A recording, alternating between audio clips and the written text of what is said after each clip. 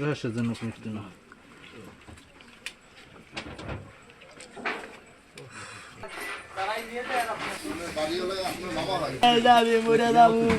আমি মরে যাবো মার থেকে নিজে আমি ঘরে আটুকু আমি টাকা দেই আমার বউ মনে পড়ে রয়েছে। আমি একজনে জিজ্ঞেসি যে আপু আমার বউ কই, কয় তোমার বউর আমি দেই নাই, কিছু হয় না। আমি সন্ধ্যাবেলা আইছি, আমার রেস্টুরেন্ট ধোয়া হয়েছে মেরিন, আমি জামা কাপড় পাল্টে গেছি।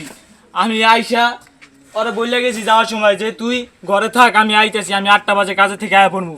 আমি আইয়া দেই ঘরের ভিতরে এই অবস্থা। পরে 3 তলায় থাই। হ্যাঁ মানে হঠাৎ করে দেই চিল্লাচিল্লি শুরু করছে এই পোলাটাই। হ্যাঁ বোর নাম ধরে কি তোমরা আয়ো কেউ কি জানি নাম, আর বোর এই নাম ধরে গালি চিল্লাচিল্লি করতেছে। হ্যাঁ আর আমি কইতেছি কারণটা কি এত চিল্লাচিল্লি করে কেন? গ্লাস খুলে ওই দেখতে আছি যে লোকজন দৌড় দিয়েছে, দৌড় যাই এখন এই জায়গায় দাঁড়াই কয়ে রক্ত দৌড় দিয়েছে সব, মানে জব দিতেছে না কি করছে আল্লাহ জানে। ঠিক আছে যে আমি অনলাইনে কোনো খারাপ ব্যবহার কোনো কিছু নামিয়া অগো অনেক লোকজন আনলে হেরাও গেছে যাই তো দেখতে আসি, মনে করেন যে মাইয়াটা এই অবস্থায় পড়ে রয়েছে, দূরে দাঁড়াই দেখছি। প্রাথমিকভাবে আমাদের কাছে মনে হইতেছে যে এটা একটা মার্ডার হইতে পারে। এই কারণে আমরা পটুয়াখালীতে অবস্থানরত আমাদের সিআইডির যে ফরেনসিক টিম আছে তাদের জন্য ওয়েট করতেছি। তারা আসলে আমরা লাশটাকে আমরা চৌথাল করব।